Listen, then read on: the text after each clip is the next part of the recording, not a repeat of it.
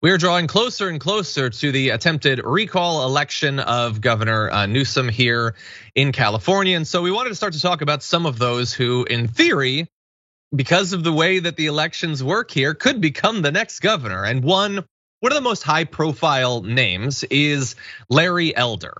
So Larry Elder is a former lawyer and author and radio host for a number of years. And with that long history, as more and more stuff comes out, not painting the best picture necessarily of this individual who could become the governor. Let's walk through a couple instances of this.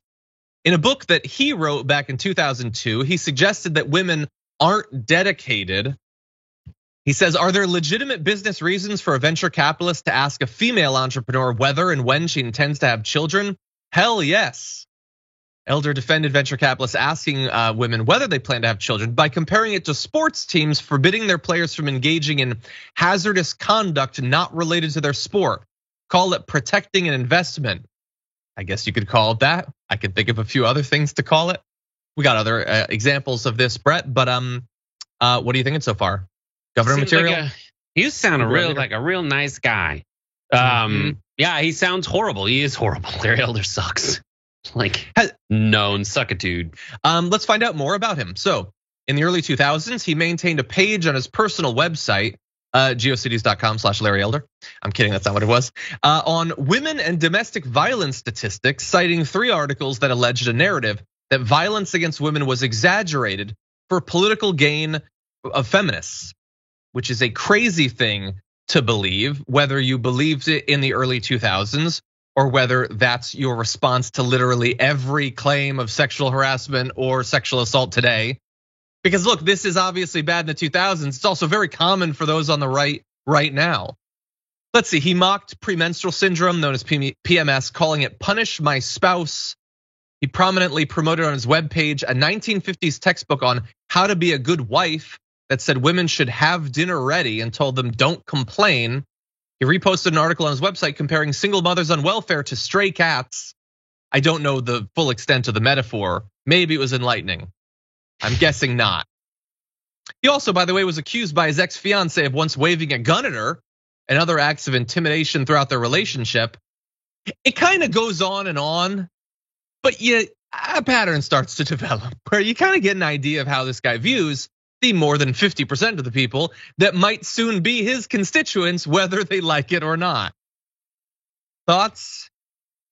In the last recall election, there was a big name floating around, and that's why he won. Recall elections are crazy. To give you an idea, Larry Elder almost didn't make it into the recall election because there are special rules for recall elections. A tax return filing requirement that applies to normal elections, a judge found does not apply to recall elections. Like there's different rules. And those different rules might result in this guy, not Arnold Schwarzenegger, becoming the next governor of California. Why? A lot of reasons. One, the one I just told you. But secondly, the way that recall elections work is you vote at the same time for whether you want to recall and the replacement. And the person who wins the replacement vote, like their threshold they don't need to get half of it. If everyone gets 9% of the vote and some person gets 10% of the vote, that person who got 1 in 10 votes in the recall election, second question, becomes the governor of California. Well, and in theory, you could have, I guess in theory, someone could get the plurality, but not the majority. Okay, then have a runoff. Like at that point, between the one that they clearly don't want and it could be 9%, it could be 2% if you get enough chuckleheads in there, and they have right now. And to make matters worse, Gavin Newsom and the Democrats in California have not backed a backup candidate. Yeah. Last time Gray Davis was up for recall, they were like, all right, worst case scenario, Bustamante. Yeah. Who was a Democrat. But then Gray Davis lost the recall vote and then and then the person who won after that was Arnold Schwarzenegger. This time, all the Democrats are like, just vote no, and then see what happens. So it's between Larry Elder and a YouTuber right now. Yeah, and if that has to be the way, I'll be the backup.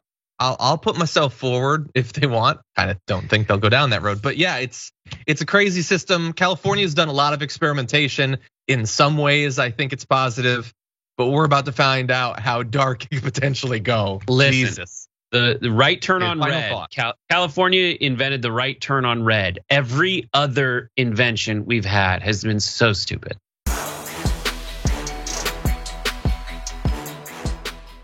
For more political news breakdowns, interviews, stories of activism, and me trying my hardest to care about the occasional big celebrity news story, subscribe to our YouTube channel at youtube.com/The Damage Report. And you can ring the bell wherever it is so you don't miss anything.